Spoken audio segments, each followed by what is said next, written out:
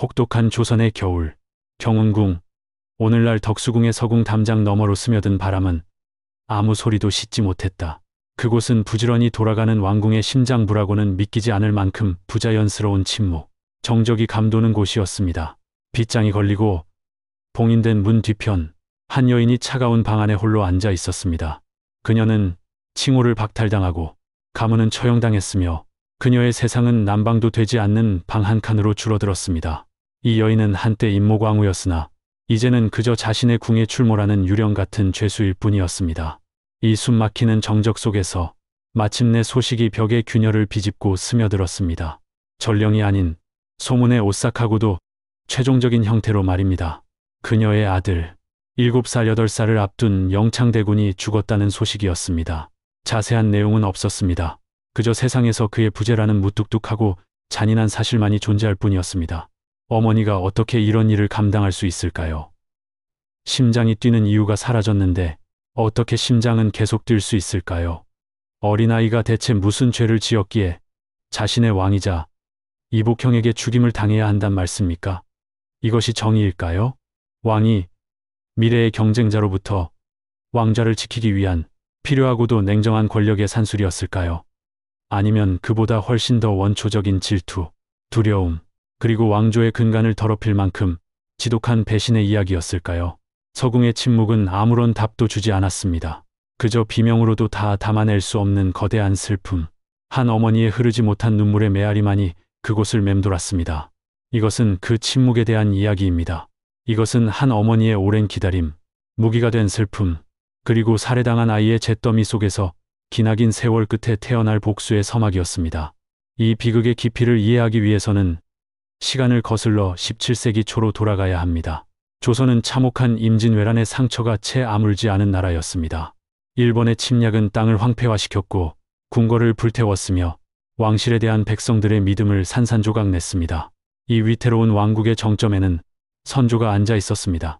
그는 수도를 버리고 백성들을 침략자에게 내맡긴 결정으로 인해 그 유산에 영원한 오점을 남긴 늙어가는 군주였습니다. 그는 불안감에 휩싸인 왕이었고 모든 구석에서 그림자를 보았으며 가장 가까운 이들의 손에서도 비수를 의심했습니다. 그의 가장 큰 그늘은 바로 자신의 아들 광해군이었습니다. 후궁의 아들로 태어난 광해군은 선조와는 모든 면에서 달랐습니다. 전쟁 중 왕이 북쪽으로 피난하는 동안 광해군은 뒤에 남아 흩어진 군대를 규합하고 필사적인 저항을 이끌었습니다. 그는 용감하고 유능했으며 백성들과 군대의 존경을 한 몸에 받았습니다. 그는 명백한 세자였습니다. 그러나 아버지의 눈에 이러한 미덕은 자산이 아닌 위협으로 비쳤습니다. 선조는 전쟁 영웅으로서의 아들의 모습이 자신의 비겁함을 끊임없이 상기시켰기에 그 아들을 온전히 받아들일 수 없었습니다. 더욱 중요한 것은 엄격한 궁중의 위계 속에서 광해군의 피는 순수하지 않다는 것이었습니다. 그는 후궁의 아들이었고 이는 그의 정적들이 결코 잊지 않게 할 사실이었습니다. 바로 이 불안감, 정통성에 대한 집착이 선조를 운명적인 결정으로 이끌었습니다. 그는 50세의 나이에 건강이 악화되자 새 왕비를 맞이했습니다. 그녀는 연한 김씨 가문의 젊은 여인, 겨우 19살의 인목이었습니다. 그녀는 심지어 세자인 광해군보다도 어렸습니다. 그녀의 입궁은 사랑이나 우정의 문제가 아니었습니다. 그것은 정치적 도박이었습니다. 그녀는 왕의 야망을 담는 그릇이었으며 그녀의 젊음과 가임 능력은 왕의 마지막 절박한 희망을 상징했습니다. 바로 왕비에게서 태어난 그 누구도 왕위 계승의 이의를 제기할 수 없는 새로운 아들, 즉 대군을 얻는 것이었습니다. 임무광후에게 입궁은 속삭임과 원망으로 만들어진 화려한 세장으로 들어가는 것과 같았습니다. 그녀는 왕비였지만 이방인이었고 노련한 정치적 포식자들의 세계에 던져진 아이였습니다. 그녀는 왕의 유일한 기대가 주는 무게를 어깨에 짊어진 채 궁중 생활의 위험한 물살을 헤쳐나가며 우아하게 임무를 수행했습니다. 그러던 1606년 불가능해 보였던 일이 일어났습니다. 그녀가 건강한 아들 영창대군을 낳은 것입니다. 이 아이의 탄생은 조선 조정을 뒤흔드는 지진과도 같았습니다. 선조에게 그것은 기적이었고 그의 통치에 대한 신성한 확증이었습니다. 마침내 후궁의 아들이라는 오점이 없는 왕과 왕비 사이에서 태어난 적통 후계자가 나타난 것입니다. 그는 갓난아기에게 애정과 직위를 쏟아부으며 자신의 총애가 어디로 향하는지 고통스러울 정도로 명확하게 보여주었습니다. 세자 광해군에게 이 출생은 재앙이었습니다. 수년간 그는 왕위 계승자로서 국가의 짐을 짊어지고 애써왔지만 이제 갓난아기 때문에 자신의 위치가 위협받게 된 것입니다. 아이의 첫 울음소리는 광해군의 안위에 울리는 조종결존이었습니다. 조정은 즉시 분열되었습니다. 두 개의 강력한 파벌이 나타나 충성심이 극명하게 갈렸습니다. 이이첨을 비롯한 무자비하고 실용적인 인물들이 이끄는 대북파는 광해군을 중심으로 결집했습니다. 그들은 광해군의 생존이 곧 자신들의 생존임을 알았습니다. 그들의 맞선 소북파는 어린 영창대군을 내세워 광해군을 몰아내고 자신들이 통제할 수 있는 왕을 세울 기회를 엿보았습니다. 궁궐은 체스판이 되었고 어머니와 갓난아들은 가장 취약한 말이 되었습니다. 임모광우는 아기를 품에 안고 자신이 만들지 않았지만 벗어날 수도 없는 정치적 지진의 한복판에 서게 되었습니다. 생애 마지막 2년 동안 선조의 편집증과 편애는 위험한 집착으로 변했습니다. 그는 아장아장 걷는 영창대군을 조정에 데리고 나와 적절한 계승 순서에 대해 공공연히 중얼거렸습니다. 그는 신하들에게 의도가 다분한 질문을 던지며 충성심을 시험했고 이미 확립된 질서가 뒤집힐 수 있음을 암시했습니다. 이러한 공개적인 행동 하나하나는 광해군의 심장에 박히는 비수였습니다. 나라를 위해 싸웠던 30대의 세자는 아버지가 이제 겨우 걸음마를 뗀 아이, 자신의 자리를 차지하기 위해 길러지고 있는 아이에게 애정을 쏟아붓는 것을 속수무책으로 지켜봐야 했습니다. 이 시기는 광해군에게는 느리고 고통스러운 고문이었고 임모광우에게는 두려운 시련이었습니다. 그녀는 편집증에 사로잡힌 늙은 남편과 분노에 찬 강력한 의부자들 사이에 갇혔습니다. 그녀는 정치적 음모로부터 아들을 보호하려 애썼지만 영창대군의 존재 자체가 정치적 선언이었습니다. 그는 정통성의 상징이자 광해군의 계승권에 대한 살아있는 도전이었습니다. 궁궐의 긴장감은 폭력을 예고하듯 짙고 숨막히게 차올랐습니다. 모두가 한계점이 다가오고 있음을 알았습니다. 그리고 1608년 봄, 선조가 승하했습니다. 그의 죽음은 갑작스러웠고 의혹에 쌓여 있었습니다. 공식 기록은 간결했지만 소문은 들불처럼 궁궐에 번졌습니다. 병세가 갑자기 악화된 것일까? 아니면 누군가 죽음을 앞당긴 것일까? 광해군 측이 왕의 공식적인 계승 변경을 막기 위해 선수를 쳤다는 의혹이 제기되었습니다. 증거는 없었지만 상상 속에 붙인 사례라는 오명은 광해군의 재위 기간 내내 그를 따라다녔습니다. 선조가 사라진 지금 그의 앞을 가로막을 사람은 아무도 없었습니다. 세자 광해군이 국왕의 자리에 올랐습니다. 광해군의 통치는 정통성 부족과 의심 속에서 시작되었습니다. 여러 면에서 그는 유능하고 미래지향적인 통치자였습니다. 그는 전후 국가 재건에 집중했고 문화재를 복원했으며 부상하는 만주족 후금과 쇠퇴하는 중국의 명나라 사이에서 복잡한 외교 정책을 펼쳤습니다. 그는 실용주의자였고 생존자였습니다. 그러나 즉위 과정의 문제점들은 그의 내면에 깊은 불안의 씨앗을 심었습니다. 그는 어디에나 위협이 도사리고 있다고 보았고 적들이 더 순수한 혈통을 상징하는 소년, 영창대군을 중심으로 결집할 순간만을 기다리고 있다고 확신했습니다. 그의 편집증은 그의 가장 열렬한 지지자들, 특히 이이첨을 위시한 대북파에 의해 끊임없이 부채질되었습니다. 이들은 자신들의 운명을 광해군에게 걸었습니다. 그가 무너지면 그들도 함께 무너질 터였습니다. 그들은 영창대군이 살아있는 한 그가 모든 반대 세력의 강력한 상징으로 남을 것임을 이해했습니다. 그 소녀는 왕의 불확실한 정통성을 끊임없이 상기시키는 살아있는 유령이었습니다. 그래서 그들은 거미줄을 치기 시작했습니다. 그것은 그 위협을 영원히 제거하기 위한 인내심 있고 체계적이며 지극히 무자비한 계획이었습니다. 첫 번째 표적은 아이가 아니라 그 주변의 가족이었습니다. 임모광우의 아버지 김재남을 중심으로 한 복잡한 반역 이야기가 조작되었습니다. 대북파는 강압적인 자백과 조작된 증거를 이용해 그가 광해군을 폐위하고 어린 외손자 영창대군을 왕위에 앉히려 했다고 고발했습니다. 그것은 어린 왕자와 그의 어머니를 고립시키기 위해 그들의 지원 세력을 파괴하려는 전형적인 정치적 숙청이었습니다. 김재남은 체포되어 고문을 받았고 결국 처형되었습니다. 그의 많은 친척과 정치적 동맹들도 비슷한 운명을 맞았습니다. 이제 대비가 된 임모광우에게 이것은 살아있는 악몽의 시작이었습니다. 그녀는 궁궐 안에서 자신의 가족이 체계적으로 무너지는 것을 지켜보았습니다. 그녀는 왕국에서 가장 높은 지위의 여성이었지만 그녀의 힘은 의례적인 것에 불과했습니다. 그녀는 어머니였고 본능적으로 자식을 보호하려 했지만 완전히 무력했습니다. 그녀가 쓴 모든 편지는 가로채졌고 모든 방문객은 감시당했습니다. 그녀와 그녀의 아들은 이름만 아닐 뿐 그들을 몰락시키려는 자들에게 둘러싸인 죄수였습니다. 광해군에 대한 압박은 더욱 거세졌습니다. 이첨이 이끄는 신하들은 매일같이 반역의 근원을 처리해야 한다는 상소를 올렸습니다. 그들은 영창대군을 살려두는 것은 미래의 반란을 부추기는 것이라고 주장했습니다. 그들의 언어는 충성심과 국가 안보라는 수사로 포장되어 있었지만 메시지는 분명했습니다. 그 아이는 사라져야 한다는 것이었습니다. 광해군은 망설였습니다. 7살 난 이복 동생을 죽이는 것은 괴물 같은 짓이었고 다시는 돌아올 수 없는 선을 넘는 것이었습니다. 그것은 유교의 신성한 원칙인 효셔와 우애요아이를 위반하는 것이며 그를 영원히 폭군으로 낙인 찍을 일이었습니다. 그러나 광해군은 정치적 논리에 갇힌 왕이기도 했습니다. 그의 망설임은 나약함으로 비쳤습니다. 대북파는 더욱 집요해졌습니다. 그들은 시위를 조직하고 끝없는 상소를 올렸으며 아이를 살려두는 것이 죽이는 것보다 더 위험해 보이는 정치적 분위기를 조성했습니다. 왕은 자신의 불안감과 파벌의 야망이라는 함정에 빠졌습니다.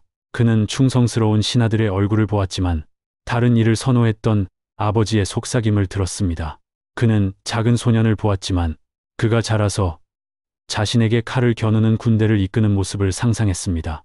심리적 고통은 엄청났을 것입니다. 그는 냉혈한 살인자였을까요? 아니면 왕국의 안정을 위해 끔찍하지만 필요한 선택을 한 통치자였을까요? 역사는 명확한 구분을 제공하지 않습니다. 광해군은 둘 다였습니다. 그는 왕국을 재건할 만큼 사랑했지만 그것을 잃는 것이 두려워 가족을 파괴할 만큼 비정한 사람이었습니다. 광해군의 비극은 그가 위대한 왕의 기술을 가졌으면서도 편집증적인 생존자의 영혼에 발목 잡혔다는 것입니다. 임모광우에게 최후의 순간이 오기 전 나날들은 공포의 연속이었습니다.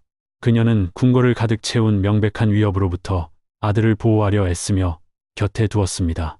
그녀는 무슨 일이 닥칠지 알았을 것입니다. 아버지의 처형은 전주곡이었습니다.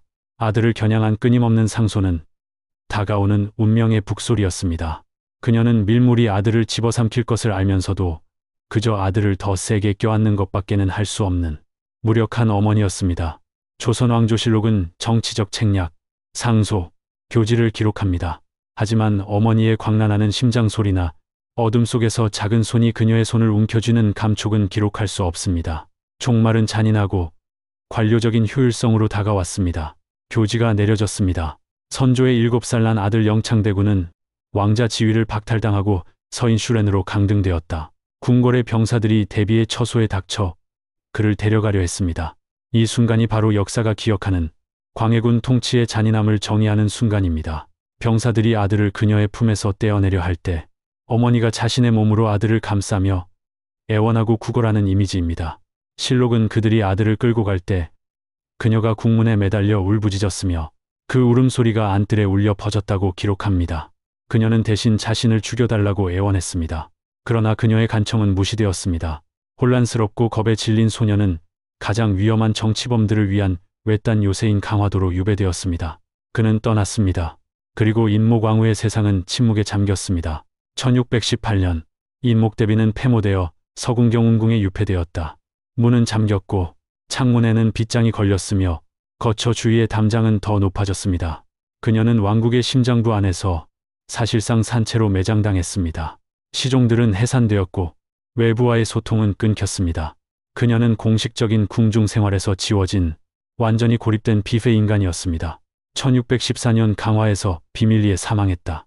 동시대 기록에는 굶김 또는 뜨거운 온돌에 의한 증살, 다른 기록에는 음식에 잿물을 넣었다는 등 설이 갈린다. 고요한 감옥으로 돌아와 인모광우는 아들의 사망 소식을 들었습니다. 그것은 그녀의 영혼에 스며든 독이자 결코 아물지 않을 상처였습니다. 그녀를 안아줄 사람도 슬픔을 나눌 사람도 없었습니다. 오직 그녀의 감금이라는 으스러질 듯한 절대적인 침묵만이 존재했습니다. 그런 순간의 마음은 어떻게 될까요? 부서지거나 혹은 다른 무언가로 단련되거나 차갑고 어두운 방 안에서 어머니의 부드러웠던 심장이 굳어지기 시작했습니다. 순수하고 희석되지 않은 슬픔은 그녀에게 남은 유일한 것이 되었습니다. 그것은 그녀의 동반자이자 인내하는 이유가 되었습니다. 그녀는 죽지 않을 것이었습니다. 무너지지 않을 것이었습니다. 그녀는 살아서 기억할 것이었습니다. 그녀의 기억은 아들을 위한 기념비가 되고 그를 죽인 자에 대한 저주가 될 것이었습니다. 세월이 흐르기 시작했습니다. 시간은 단 하나뿐인 창문으로 스며드는 빛의 변화로만 측정되었습니다. 1년, 5년, 봉인된 벽 너머의 왕국은 계속 움직였습니다. 광해군은 주요 경쟁자가 제거된 채 왕좌에 안전하게 앉아 있었습니다. 그의 재위 기간은 재건과 외교 분야에서 상당한 업적을 남겼지만 동시에 폭정이 심화되는 시기이기도 했습니다. 영창대군의 죽음으로도 진정되지 않은 그의 편집증은 더욱 심해졌습니다. 그는 어디에서나 음모를 보았습니다. 그는 정치적 야망보다는 호전성으로 더 유명했던 또 다른 이복형 임해군에게 칼을 돌렸습니다. 임해군은 1609년 교동도 유배지에서 사망했다. 북인 케이브 욕전함. 그는 불충이 의심되는 관료들을 숙청하여 조정을 두려움과 아첨이 지배하는 분위기로 만들었습니다. 대북파는 절대 권력을 쥐고 그것을 이용해 사리사욕을 채우고 적들을 제거했습니다. 유능한 전시 지도자였던 광해군은 자신을 권좌에 앉힌 바로 그 파벌의 죄수가 되었고 도덕적 권위를 포기했기 때문에 공포로 통치하는 왕이 되었습니다. 그러나 임모광우와 살해당한 아들의 이야기는 사라지지 않았습니다. 그것은 지하로 숨어들어 사림의 서원과 환멸을 느낀 관료들의 사가에서 속삭여졌습니다. 그녀의 고통은 왕의 정통성 부재와 잔인함의 상징이 되었습니다. 그녀가 당한 불의는 광해군이 씻어낼 수 없는 도덕적 오점이었습니다. 새로운 정치 세력인 서인실은이 반대 세력으로 결집하기 시작했습니다. 그들은 왕의 폭정이 기회를 만들어낼 때까지 인내심을 갖고 기다렸습니다. 그리고 그들의 가장 강력한 무기이자 중심 구호는 바로 서궁에 갇힌 페모페이무의 곤경이었습니다. 페모복이 페모후위와 폭군을 몰아낸다는 명분은 그들의 정치적 야망에 정의로운 의로움의 외피를 씌워주었습니다. 침묵과 고립 속에서 임목은 왕비 시절보다 더 강력한 존재가 되었습니다. 그녀는 순교자였고 왕의 범죄를 증거하는 살아있는 증인이었습니다. 그녀의 인내는 조용한 저항이었습니다. 그녀가 살아남는 하루하루는 왕의 죄가 용서받지 못하는 또 다른 하루였습니다. 그녀는 음모를 꾸미거나 계획할 필요가 없었습니다. 그녀의 존재 자체가 그에 대한 음모였습니다. 그렇게 아들의 죽음으로부터 9년, 폐위된 지 5년의 세월을 그녀는 견뎌냈습니다. 부족한 땔감으로 혹독한 겨울의 추위를 견뎠고 봉인된 방에서 여름에 숨막히는 더위를 견뎠습니다. 그녀는 자신의 딸 정명공주 역시 감금되어 어린아이에서 젊은 여성으로 성장하는 것을 지켜보았습니다. 정명공주는 1623년 풍산 홍씨의 홍주원과 혼인했다. 인목의 슬픔은 서서히 타오르는 불꽃, 그녀를 살게 하는 꾸준하고 인내심 강한 불꽃이었습니다. 그녀는 단 하나의 목적을 위해 살았습니다. 자신의 모든 것을 앗아간 남자의 몰락을 보기 위해. 그리고 1623년 마침내 한계점이 왔습니다. 이귀, 김유와 같은 군사 지도자들이 이끄는 서인 세력이 충분한 지지를 확보했습니다. 그들은 광해군의 외교 정책, 즉 만주족 후금과 명나라 사이에서 균형을 맞추려던 실용적인 시도를 명나라에 대한 조선의 의리를 저버린 배신으로 간주했습니다. 이것이 그들의 쿠데타의 마지막 정당성을 부여했습니다. 어느 어두운 밤, 그들의 군대가 수도를 급습하여 궁궐을 장악했습니다. 오랫동안 사기가 저하된 광해군의 호위병들은 거의 저항하지 못했습니다. 왕 자신은 도망치려다 붙잡혔습니다. 공포 위에 세워진 정권은 하룻밤 사이에 무너졌습니다. 쿠데타 지도자들의 첫 번째 행동은 새 왕을 추대하는 것이 아니라 옛 왕비에게서 정통성을 찾는 것이었습니다. 그들은 침묵과 고통의 장소였던 서궁으로 행진하여 문이 봉인을 풀었습니다. 기나긴 세월이 지나고 마침내 빛이 임모광우의 감옥으로 쏟아져 들어왔습니다. 궁에 들어왔던 젊은 시절의 모습은 온데간데 없고 세월이 앗아가지 못한 슬픔이 얼굴에 새겨진 30대 후반의 여인이 모습을 드러냈습니다. 그녀는 창백하고 야위었지만 그녀의 눈은 꺼지지 않는 불길로 타오르고 있었습니다. 승리한 반란군, 군인, 정치가들이 모두 그녀 앞에 무릎을 꿇었습니다. 그들은 왕을 무너뜨렸지만 국법에 따르면 왕실의 최고 어른인 그녀만이 그들의 행동을 정당화할 권한을 가지고 있었습니다. 그들은 옥새를 바쳤고 인조는 곧 경운궁 서궁의 즉조당에서 즉위했다. 오랜 무력감 끝에 임모광우는 왕조의 운명을 손에 쥐게 되었습니다. 자신을 가둔 남자가 이제 그녀의 죄수가 되었습니다. 그녀가 그토록 기다려온 순간이 마침내 다가온 것입니다. 차갑고 무거운 옥새를 손에 쥔 그 순간, 그녀는 더 이상 단순한 희생자가 아니었습니다. 그녀는 정의의 심판자였습니다. 쿠데타 지도자들은 선조의 손자인 능양군을 새로운 왕인조로 추대하는데 공식적인 재가를 요청했습니다. 그러나 먼저 그들은 그녀가 자신을 괴롭혔던 남자에 대한 판결을 내리기를 원했습니다. 그들은 그녀가 말하기를 원했습니다. 그리고 그녀는 말했습니다. 그 기나긴 강제적인 침묵 끝에 그녀의 목소리는 해일처럼 터져 나왔습니다. 그녀는 광해군에 대한 통렬한 규탄을 발표했는데 이는 그의 모든 죄악을 세상에 드러내는 문서였습니다. 그것은 냉담한 정치적 성명이 아니었습니다. 마침내 말로 표현된 한 어머니의 분노와 고통의 절규였습니다. 그녀는 그가 형제들을 살해하고 잔인하며 편집증에 사로잡혔고 아버지의 신의를 저버렸다고 비난했습니다. 그러나 그녀는 자신의 삶을 규정했던 범죄에 대해 가장 도끼 어린 문장을 쏟아냈습니다. 그녀는 아들 영창대군의 살해를 차마 들을 수 없는 죄악이자 쪄죽였다고 고통스러울 정도로 상세하게 묘사했습니다. 그녀는 광해군을 단지 나쁜 왕으로서가 아니라 하늘과 인류의 가장 신성한 법을 어긴 비정상적인 존재로 규탄했습니다. 그녀의 결론은 간단하고 절대적이었습니다. 그녀는 그의 목을 요구했습니다. 어찌 이런 자가 같은 하늘 아래에서 살게 할 수 있단 말인가? 그녀는 물었습니다. 그녀는 광해군이 자신의 아버지와 같은 운명, 즉 반역자로서 처형당하기를 원했습니다. 그것은 피해는 피로 갚는 완벽하게 대칭적인 복수의 요구였습니다. 이것은 새로운 조정의 딜레마를 안겨주었습니다. 그들은 임목의 고통을 쿠데타의 명분으로 사용했지만 폐위된 왕이라 할지라도 전직 왕을 처형하는 것은 위험하고 급진적인 조치였습니다. 이는 군주제를 불안정하게 만들고 미래의 반란에 선례를 남길 수 있었습니다. 새로운 왕 인조와 그의 신하들은 그녀에게 간청했습니다. 그들은 광해군을 유배 보내는 것만으로도 충분한 처벌이 될 것이며 정의와 관용을 동시에 보여주는 방법이라고 주장했습니다. 그들은 그녀가 분노를 정치적 사려, 기품으로 누그러뜨려 주기를 바랐습니다. 분명 쓰라린 일이었을 것입니다. 이 순간을 꿈꾸며 그토록 오랜 세월을 기다렸는데 자신과 아들에게 어떤 자비도 보이지 않았던 남자에게 자비를 베풀라고 요청받은 것입니다.